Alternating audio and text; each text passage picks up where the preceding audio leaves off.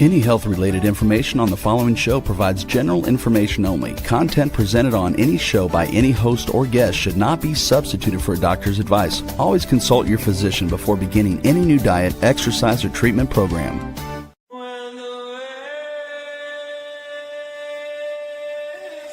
For centuries, ancient cultures knew the secrets to longevity, vitality, and healing. Now, modern science is catching up. Ageless Blueprint is a podcast that will reveal the modern secrets of better health and a better life. Join Dr. Eldred Taylor here today and every Wednesday at 9 a.m. Eastern Time on W4HC Radio at W4HC.com. As together we discover the secrets to better health through science and spirituality. A Better Life with Ageless Blueprint starts now. Here's your host, Dr. Eldred Taylor. Hello, everyone. I am Dr. Taylor. I am the Hormone Doctor and the Spiritual MD. And I'm so glad you joined me here this Wednesday. It's the first Wednesday in February of 2026. So we can get a brand new start on everything. This is a new year. It's a new day. So it's a new way to live, and it's a new way to think. And the reason why I said it's a new way to think, because I have to look back and say, how have I evolved and adapted, over this 30-year career? So, I started out as an OBGYN, and somehow, some way, I read a book called Thinking for a Change, and it's by John Maxwell. And I became a disciple of John Maxwell. He's an excellent speaker. I actually took his course. I'm a certified John Maxwell speaker. So I've read all of his books, but it started from that book called Thinking for a Change.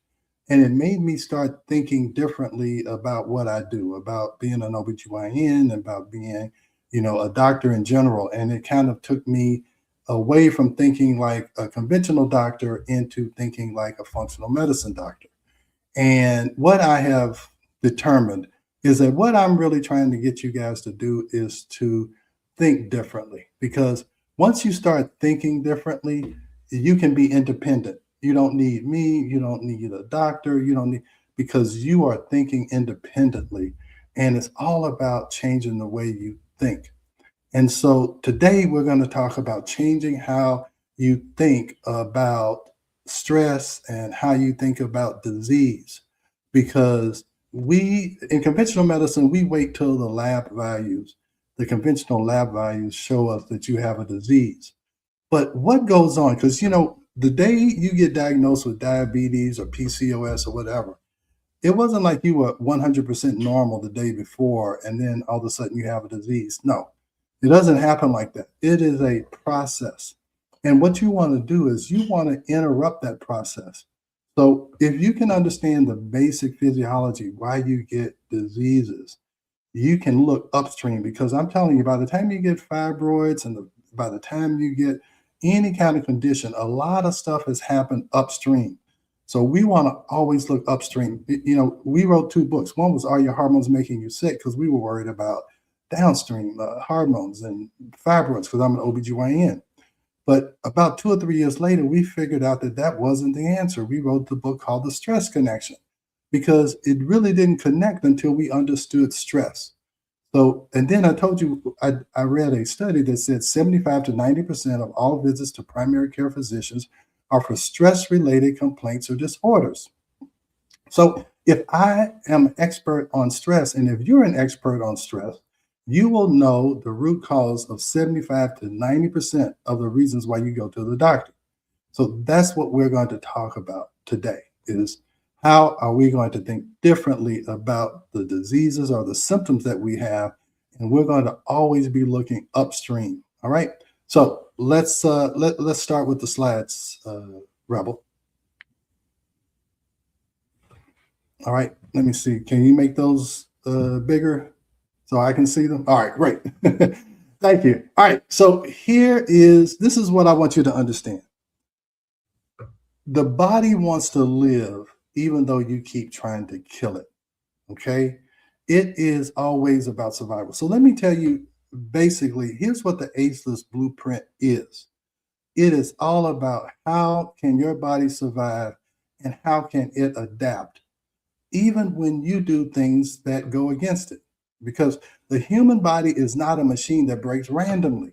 It is a biological economy that allocates energy based on perceived return on investment. So it is always looking at, am I saving up? Am I resting and digesting, waiting to be able to react to a stress?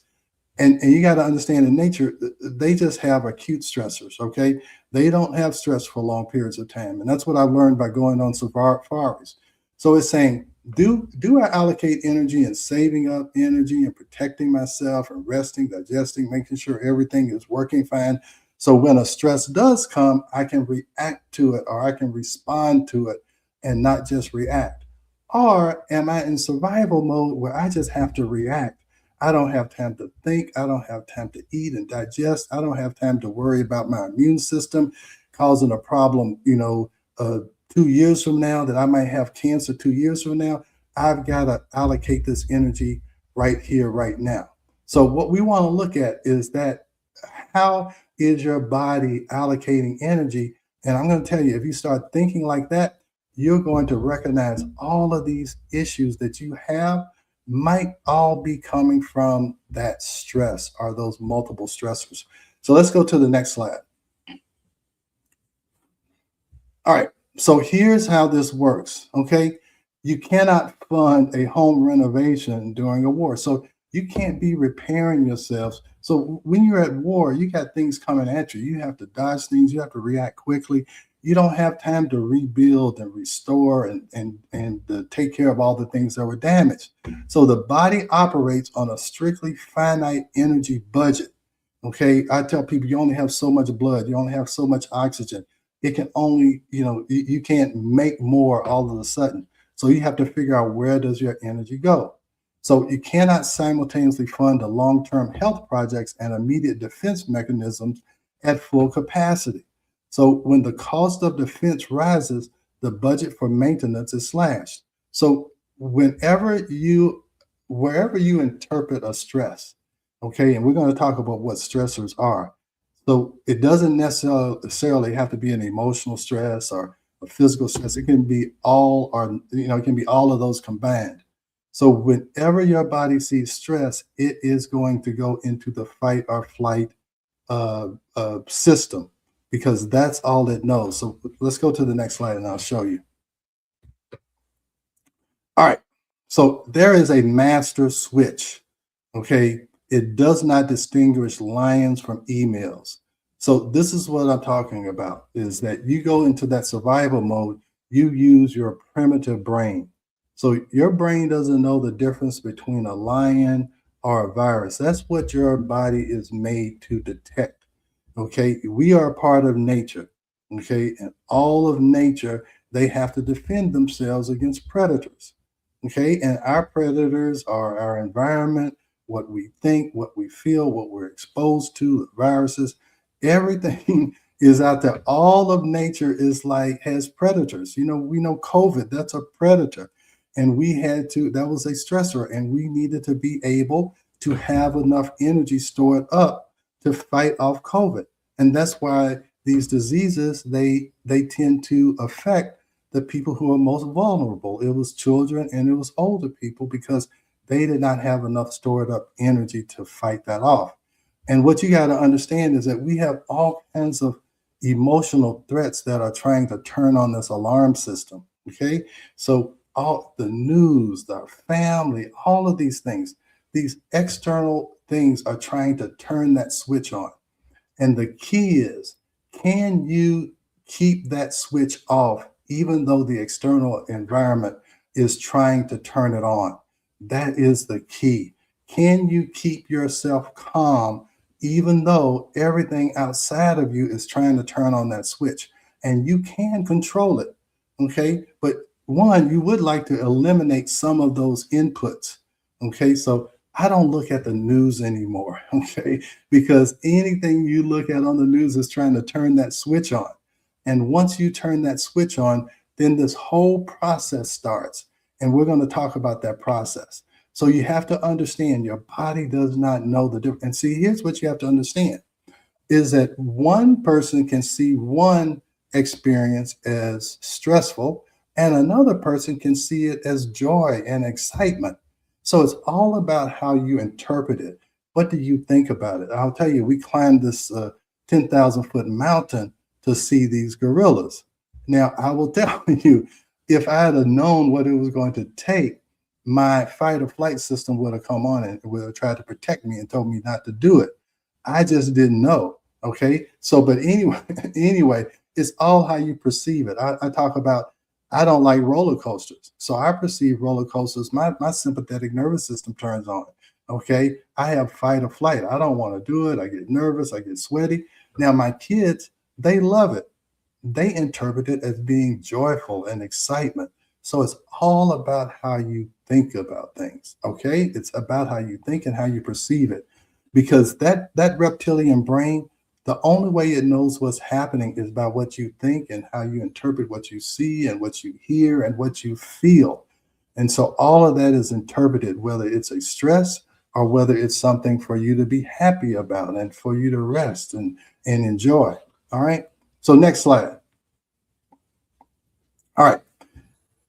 Now, when you interpret something as being a stress, it is declaring martial law on your physiology. Your body thinks you have to fight or flight. So it sends everything to the muscles. So the trigger is this thing called a hypothalamus gland that's in your brain. It's above the reptilian brain, okay? And so what it does when it sees a stress, it turns on adrenaline, okay? So we all know how adrenaline makes us feel. It makes us feel anxious and nervous, and we can't think straight because we have all of this stuff going on. And so then you get this massive rerouting of energy and resources. It's stripped down. It says, forget everything. We got to run or fight now. It doesn't matter that you're sitting there with your sick child or in the ICU or, the NICU or whatever, or you're dealing with your kid having problems. It doesn't matter. It thinks that, hey, we got to run or fight. So it sends everything to the muscles. And so everything else gets neglected. All right. So you get this massive redistribution of energy. And it says, forget about rest and digest. We have to go toward fight or flight. So stress isn't just a feeling in your head. It is a physiological override switch that reroutes your blood flow and metabolism. All right. So your body just says, forget it. We've got to get out of this situation. All right. So here's number one. It said, hey, we have to start budget cutting. We're spending too much energy in other places. So we have to cut some services. So number one, the reproductive system uses up a lot of energy. So reproduction is one of the most expensive biological processes a body can undertake in a wartime economy. Pregnancy is a high-risk liability. So you have to understand, hey, your body is saying it's two things. It's saying, look, you don't need to get pregnant right now. So it stops ovulation. Okay. So it says, hey, it's not a time to get pregnant. We've got to stop ovulation. Well, you know what happens when you stop ovulation? Then you don't make progesterone, right? When you don't make progesterone, you have all of these issues because estrogen makes things grow. Progesterone helps things to stop growing and to develop normally. All right. So the brain blocks the signal path to the ovaries and the testes. Production of expensive hormones like progesterone and testosterone is suspended to conserve liquidity. So it stops testosterone in a man because it says you don't have enough energy to start trying to pursue women and have sex. It takes up too much energy. So I'm going to lower your testosterone so that your libido goes down.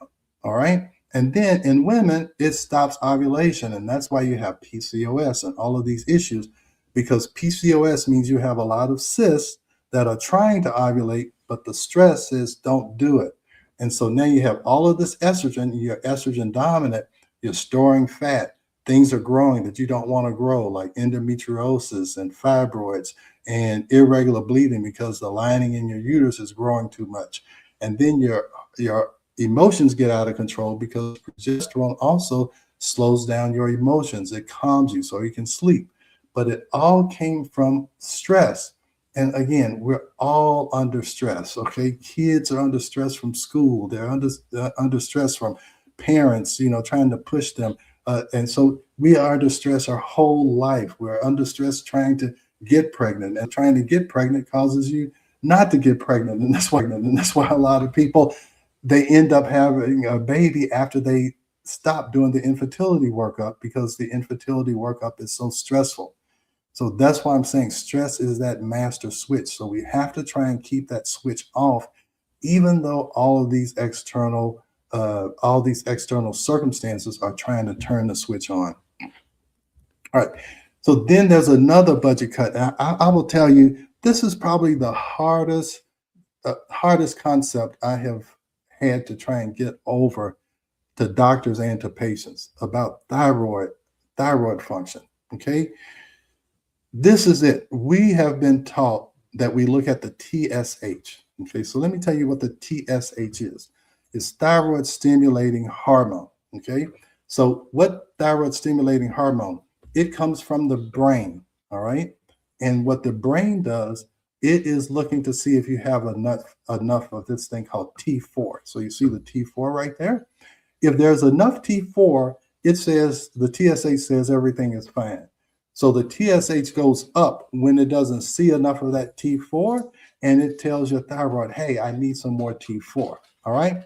So let me just show you here. T4 can be normal, but when stress increases, thyroid can go one of two ways. All right. When you are under stress, your body says, we don't want you to expend any unnecessary energy. So we don't want the thyroid to work. We want it to start storing energy because we may need it another day.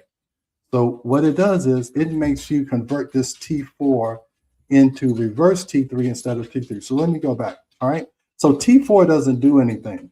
T3 is the active form of the hormone. And how T3 works is thyroid hormone has 4 iodines. You have to take off one of the iodines to make it the active one. And if you take off the other one, it's the inactive one. When you're under stress, you make more of the inactive one. So your TSH and your T4 can be normal, but the active form of the hormone is low. All right. So if you have been told you don't have hypothyroidism because your TSH is okay, you really need to have your doctor look at your free T3. All right. Because this does two things. Stress causes you not to make the active form of the hormone, so it's more likely you're going to gain weight or whatever. And when you're under stress, the signal, the TSH, that should go up can't go up because stress is keeping it suppressed. So if your doctor is only looking for the TSH in order to say if you have hypothyroidism, I'm sorry. I turned my phone off, but then it comes through my computer. Then they're not looking at the whole picture. Okay. So I just want you to understand TSH is not the only thing that you need to look at, but it's all disrupted because of stress. That just throws your whole thyroid system off. So if all of a sudden at age 40 or 45, somebody told you had hypothyroidism, it's probably due to the accumulation of stress that is disrupting the system. All right.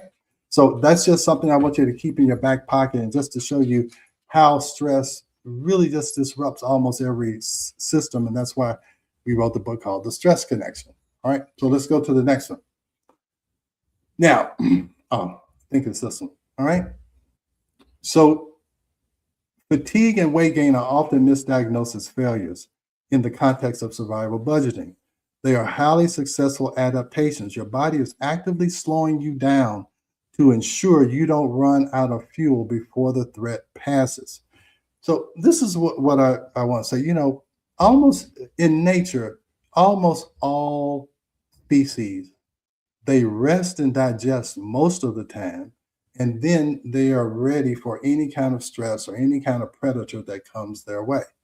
So when we went to see these gorillas, all they do is rest and digest. The elephants, all they're thinking about is eating and drinking and resting.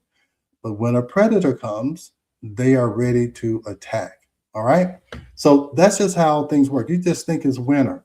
Our plants and stuff, they're resting, they're gathering up what they need in order to bloom in the spring. And we're anxiously awaiting that. But the human species, which is a part of nature, we are the only species that thinks that resting is laziness, that we think it's a bad thing, that we think that we gotta constantly be performing and doing things and being productive all the time. And if you sleep too much, if you go on a vacation, then you got to come back quickly and catch up on your work. And we wonder why our body breaks down because we're shutting off all of our systems that help us stay alive. And that's why I say our body wants to live even though we try to kill it. So we need to start to work with our body and not fight against it. If you need to rest, you need to rest, and don't look at it as something that is lazy, or that you're not doing what you're supposed to do. All right. So we need to be able to understand that rest and preparation and allowing our body to recover is not a bad thing. Is that we have to allow our body to be able to withstand all of these things that are coming at us. Now, here's another place that gets cut: your digestive system. Okay, because your body is saying it. The reason why you get sleepy after you eat is because it takes so much energy to digest your food. You have to have all these enzymes and acid, and you have this peristalsis where your gut is constantly grinding up food. And so it says we don't have time to be doing that right now. We have to use our stored up energy. We have to use the energy that we've already saved up and that we've stored in the fat. And here's the problem: you're not really using up that energy because you're sitting there worried about something. You're not running or fighting. So that glucose that should be going to the muscle, it says, hey, she's not going anywhere. So we'll just store it in fat.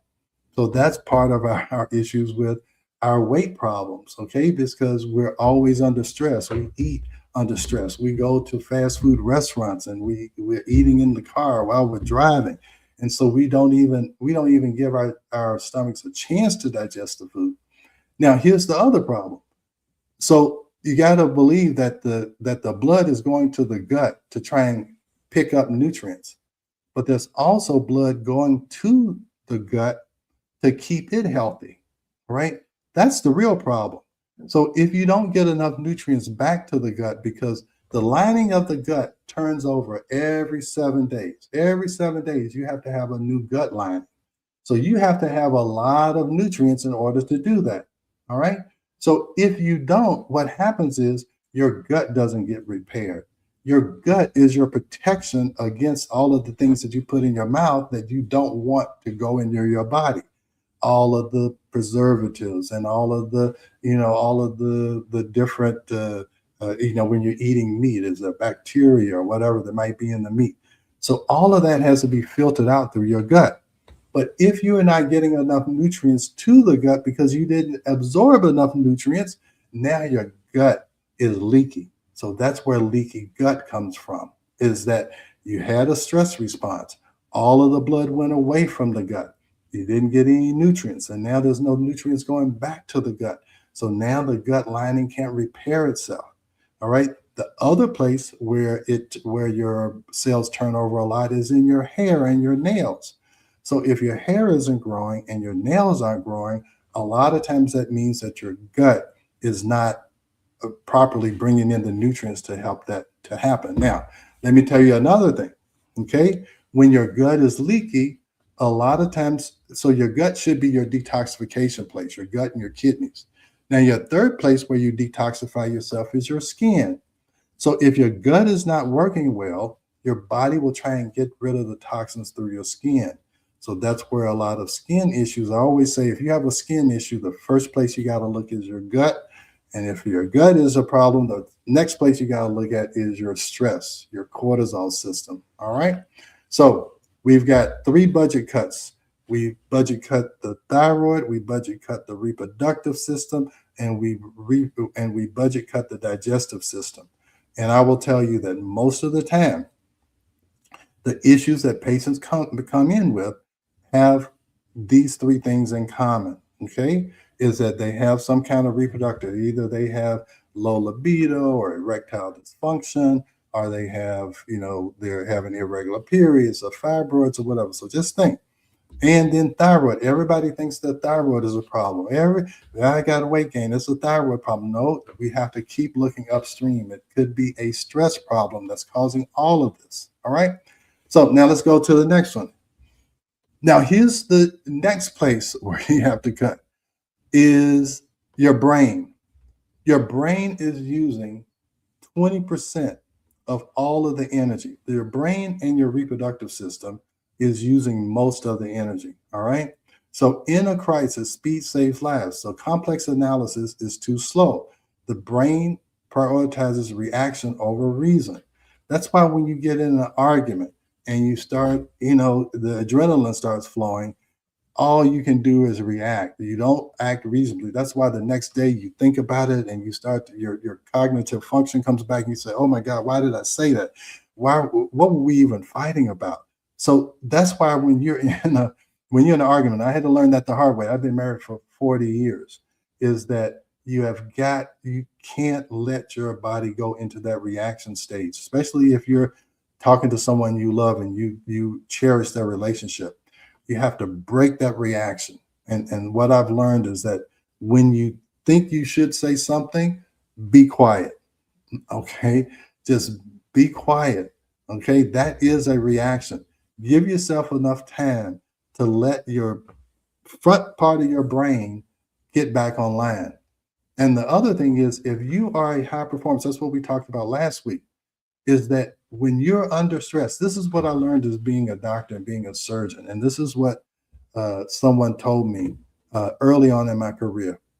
He said, you will be a good doctor if you can stay calm in chaos. And I remember that. And I will tell you, that's how I became chief resident in OBGYN at Emory, is that if there was a C-section or whatever, I tried to make sure that I was the calm one. And it got me through my residency, and it's really got me through my career, is can I remain calm when chaos is all around me? Now, I will tell you, probably have done that better professionally than personally. And that's what I'm trying to do now is to make sure I do that personally. And that's what meditation, doing all these things, is to make sure that I can carry that from my professional life. That's one good thing that I learned in my professional life, and try and bring it into my personal life. So the loss of executive function and internal direction goes away as activation of herd instinct. And when you're not sure, and when you can't think for yourself, that's an easy way to get manipulated, okay? Because you are reacting. And if someone can come in and calm you and help you to get over that fear, whether it's true or not, you begin to follow it, because you cannot make these independent decisions, because the front part of your brain, the one that uses the most energy, it's been shut off because it doesn't have enough energy to keep it going. All right.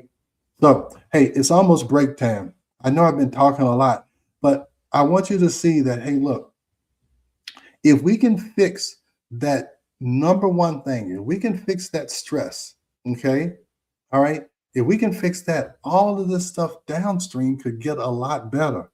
But if we only focus on fixing the thyroid, fixing the reproductive system, fixing the gut, those are all later on. But first, we got to turn off the switch. Then we can start to fix the things downstream. All right. So that's the key. Can we turn off the switch? Then can we do the things we need to do? I'm actually formulating a program where I can help people, where I will have a 90-day program where we can talk about that, where we can turn off the switch. And we'll talk about this at the end. This is what we're going to talk about after the break. But I'm going to get through this and talk about how I can help you to turn off that switch and get your life back in order. All right, let's go to the break. We are going to a quick break, so stay with us as we explore the ageless blueprint right here on W4HC Radio and Talk4 TV. An ancient secret with a modern twist for better health and vitality. Dr. Taylor will be right back. Taking care of your health shouldn't mean taking a handful of pills every day. At Taylor MD Formulations, they create doctor-developed supplements that combine the best natural ingredients so you get the results you need with fewer pills. Taylor MD Formulations is backed by science, designed for real life with real results. Less pills, better health, doctor approved. Shop now at TaylorMDFormulations.com and discover smarter supplements for smarter health. That's TaylorMDFormulations.com. We are back for more of Ageless Blueprint. Once again, let's join Dr. Taylor for more insights and research on the ancient secret to better health and a better life in modern times. Here's your host, Dr. Eldred Taylor. All right, so we are back here. We're talking about how does your body try to keep you alive even though you keep trying to kill it. Okay, it is. So all of these conditions that you have, I want you to see your body is not trying to do something bad to you. It's really trying to tell you something. It's really trying to give you a signal that, hey, look, something is going on. I'm interpreting whatever is going on as a stress. And this is why you're having these symptoms. So you want to look at these as signals, and you want to look back and talk about, where did this come from? All right. Now here's the problem, is that you need to know, are you in that situation? Okay. Is cortisol an issue? And so if you look at the blood and you're trying to look for these problems, you're going to have a problem. Now, one thing you can look for in the blood is thyroid, okay, because it is water soluble. So looking at TSH and T3 and all that, it's fine in the blood. Now, when you're talking about fat soluble hormones like cortisol is is fat soluble. So it has to be carried around in a water soluble truck. All right. But the key is, how many packages are getting delivered to your tissues? That's the issue. And so that's where you have to look at saliva. And that's the missing link. And that is the entry point.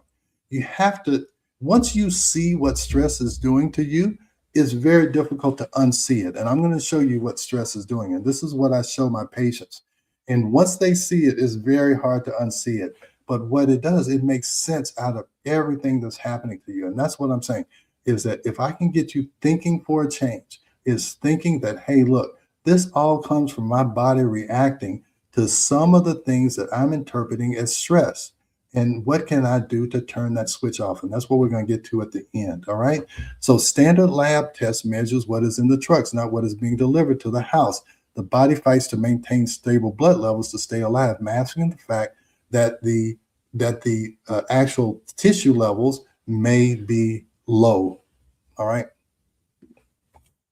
Now, I just want to show you, this is what these are cortisol patterns. Now, this is what's supposed to happen. In the green, you should have a steady flow of energy to handle all of these issues. To be able to handle your reproductive system, your thyroid system, your gut. You should have enough energy where, hey, look, I can allocate everything. I can be ready for a fight or flight. I can do all this. Now, that's when you're in the green, because this is the steady flow of energy. You should wake up. So I want you to see this green level. I think you can't see my cursor. You should wake up and have a steady flow of energy. The most should be in the morning. And then it should kind of go down in the midday. You eat lunch, you get a little bit more energy. And then you go to the end of the day. You get tired, you go to sleep, you wake, you recover during sleep, during your rest and digest period. And then you come around and you do it all over again. And that's how it's supposed to work. And what you need to understand is that, hey, look, that is how nature works. This really runs by your day-night cycle. Okay, I'll tell you that most cultures that aren't as advanced as we are, but they also aren't as sick as we are, they go by the circadian rhythm. They are active during the daylight and they sleep when it's night. Okay, and in the winter, they sleep more. In the summer, they sleep less because they are building up their energy for the summertime, when it's time to plant and eat and all these things. All right. So that is what's supposed to happen. But look, these are 9 out of the 10 tests I've done. You see that none of them are in the green. So they just needed that green amount to get through to distribute all the energy like they're supposed to. Now they don't even have that much. Even so, what happened is that during their life, they were allocating things inefficiently.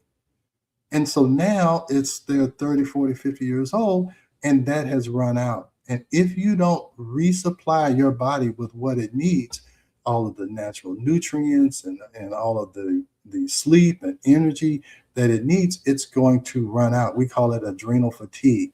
And this is what we have to correct. We have to identify that there is a problem, and it is primarily a stress problem. That's what this is. And then we have to try and go through the steps to repair this. And that's what we're going to talk about at the very end. But I want you to see that, and this is the way to see it. This is what I'm talking about. Why a blood test is not going to show you this.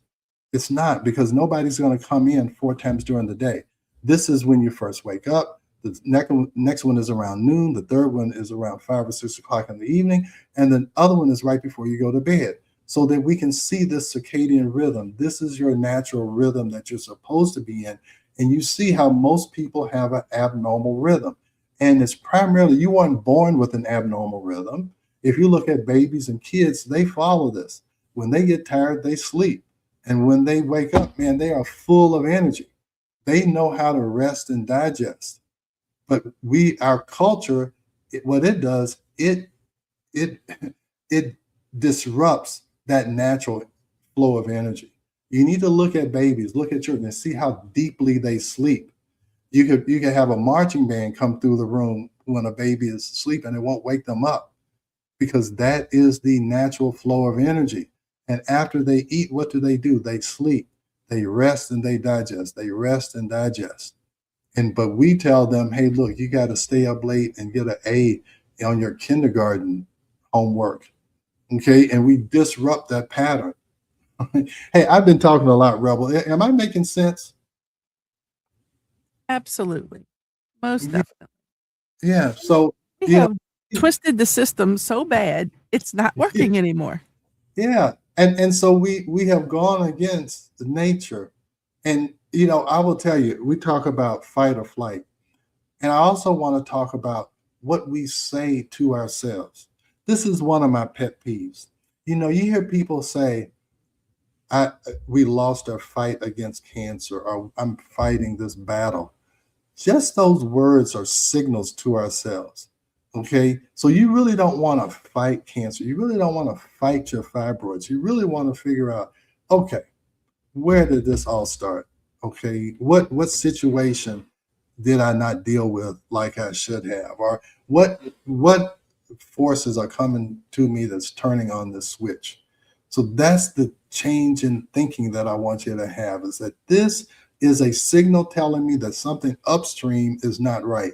And we want to keep peeling back those layers of the onion until we really get back. And see, once you get to the root of it, man, instead of taking all these pills for, birth control pills, then taking your thyroid medicine, then taking your antidepressant, you get down to that first domino.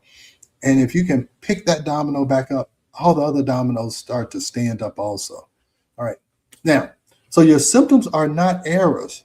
They are adaptations. Okay. Your body, the symptom that you're having is because it reallocated its energy somewhere else, and it neglected what it should have been controlling, and it let it get out of hand. All right. So your broken thyroid is energy conservation. All right. It's storing up fat, thinking that, hey, sooner or later she's going to run a fight. I know she didn't run a fight today, but sooner or later, because this stress signal still stays on. So infertility and low libido, you stop ovulation, you stop progesterone, you got PCOS, perimenopause, irregular bleeding, endometriosis. All of that is because the stress signal can be turned on. And like I said, it's not that you don't even realize it's a stressor.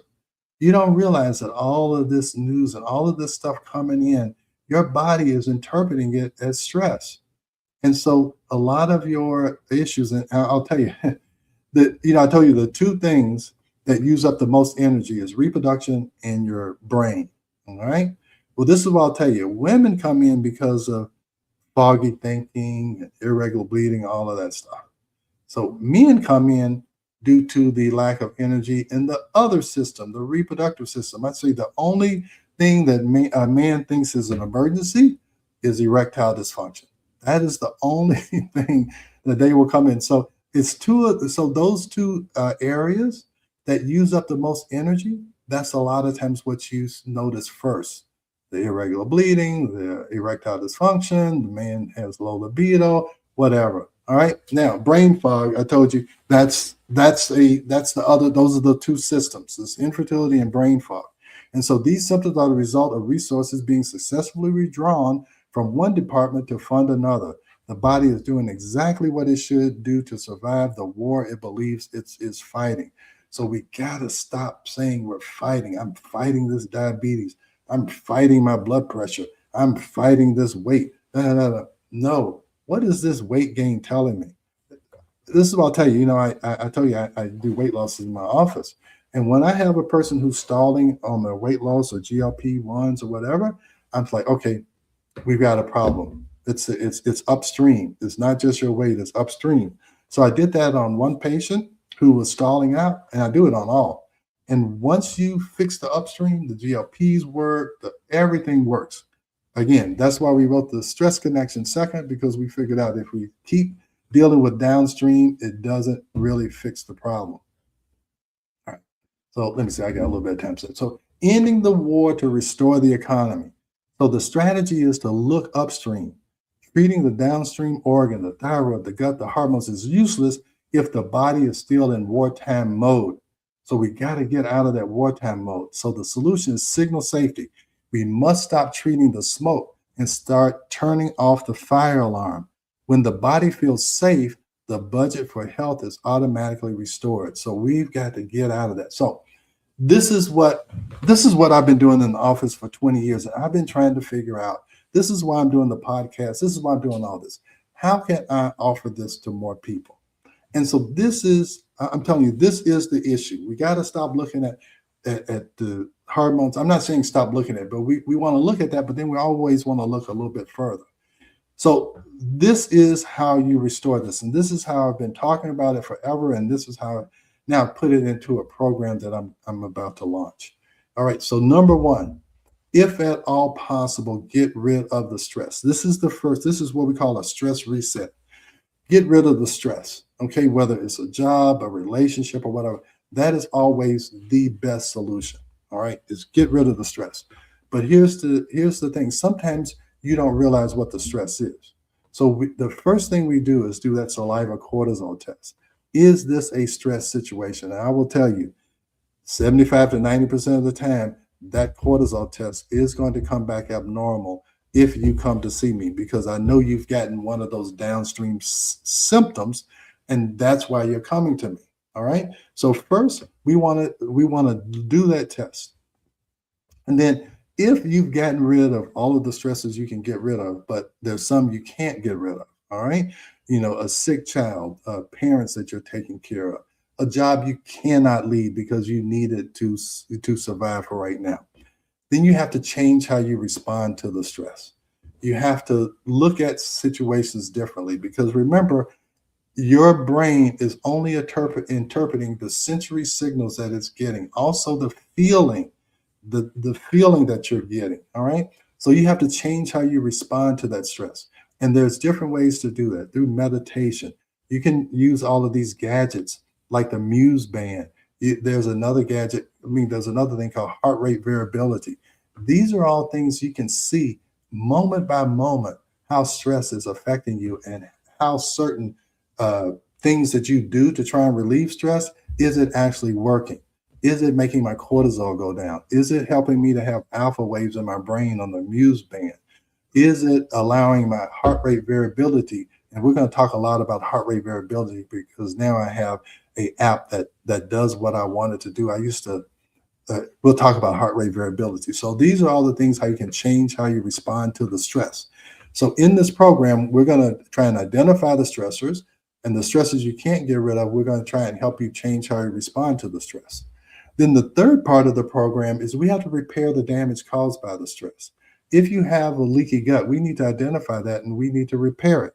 If you have thyroid issues, we need to give you support so you can start converting that T4 to free T3 and not reverse T3. And you need zinc and selenium for that. All right. And you also need progesterone. All right. Because progesterone, estrogen blocks thyroid hormone. Progesterone makes thyroid hormone work better. So we want to find out, we want to repair all of the damage caused by the stress. If you have brain issues, we want you to get amino acids so you can make neurotransmitters so your brain can work again. We fix your hormones so that your brain will calm down. We talk about meditation. All of those things is so that we can restore and repair the damage caused by the stress. Now, here's the other key. We want to prepare you for future stress because wherever you are now in your stress journey, this is not the end of it. You're going to have more stress, and we don't want you to get back in the hole that you just climbed out of. So we talk about how you can make lifestyle changes so that you don't get to that point, and how you can monitor yourself through through this technology, your Apple Watch and Wellness, all of these different, how you can monitor yourself to make sure you see those signs early and you make quick changes. You don't wait until it gets to the point where you have a demonstrable disease. You want to see those changes early. And we're going to talk, I'll show you some gadgets that I use to monitor myself. And again, I try not to ever advise you to do anything that I haven't done myself. So I've gotten all kinds of gadgets. I got gadgets all around here just trying to figure out which ones are useful or not. And I think I figured that out. And so this is what I've really been developing over this year. And to tell you the truth, I've just been flying by the seat of my pants for the first year because I just wanted to get something out there. I just wanted to start talking about it. I just wanted to start raising awareness about looking at disease differently. And so now I've finally crystallized it. And it's really what I've been doing for 20 years in my office. And now I know that I have figured out a way that I can at least start introducing it to a wider audience. And I can do it without necessarily having to come to see me here in Atlanta. But we will also have options where if you did want to come and really have a total stress, discovery, appointment, then we can do that also. So I'm excited about that. I'm building it. I'm preparing it. I'm going to launch it soon. Hopefully I can even talk about it more next Wednesday. But this is what I've been trying to do. And it's been trying to get people to think for a change, think for themselves, have enough baseline knowledge where they can decipher information and see if it is congruent with your thinking or it's not, and not just take things at face value. So anyway, I know time is almost up. I can talk about this, all day and all night. So Rebel, we have any questions? You have any questions? Let me know. There was a question back when you were talking about testosterone. Let me see if I can find it. Okay. Oh, no, it was the T3. When it splits to the T positive and the T, I don't want to say positive or negative, but the good one and the bad one. What happens to all the bad one? Oh, what it does, the bad ones, it blocks the receptor so that even the thyroid that you have floating around that did not get converted, it has nowhere to land. So it slows down your metabolism. That's why you gain weight. Even when you go on a fast, that's what happens. You go in survival mode. You start making reverse T3. You slow down your metabolism. That's why a lot of times you don't lose weight, even though you go on a fast, because your body turns on the stress signal and says, we've got a problem. There's no food coming in. There's no energy coming in. So let's start storing away energy. So it stores fat. Fat is just stored energy. Okay. So when energy's going out and you're not using it, your body stores it. So that's the problem with always being in the stress, stress mode, is that your body is preparing to run a fight. It's not doing it. It said, okay, we'll just store it away because it seems like sooner or later this person's going to run a fight, and it's 5 years later and you've gained 20 pounds, and it all comes from stress. So I know it's almost time to go. So hopefully this resonates with you. I look at this again, because this is important. If we can fix that upstream problem, you'd be surprised at how many things get better. All right. See you next Wednesday. Thanks for joining Dr. Taylor today. If you missed any part of this show, just check out the podcast wherever you listen to podcasts. Ageless Blueprint is every Wednesday at 9 a.m. Eastern Time on W4HC Radio at W4HC.com. Together, we discover the ancient secrets to better health through science and spirituality made for modern times. Until then, feel free to check out agelessblueprintpodcast.com and TaylorMDFormulations.com for more information.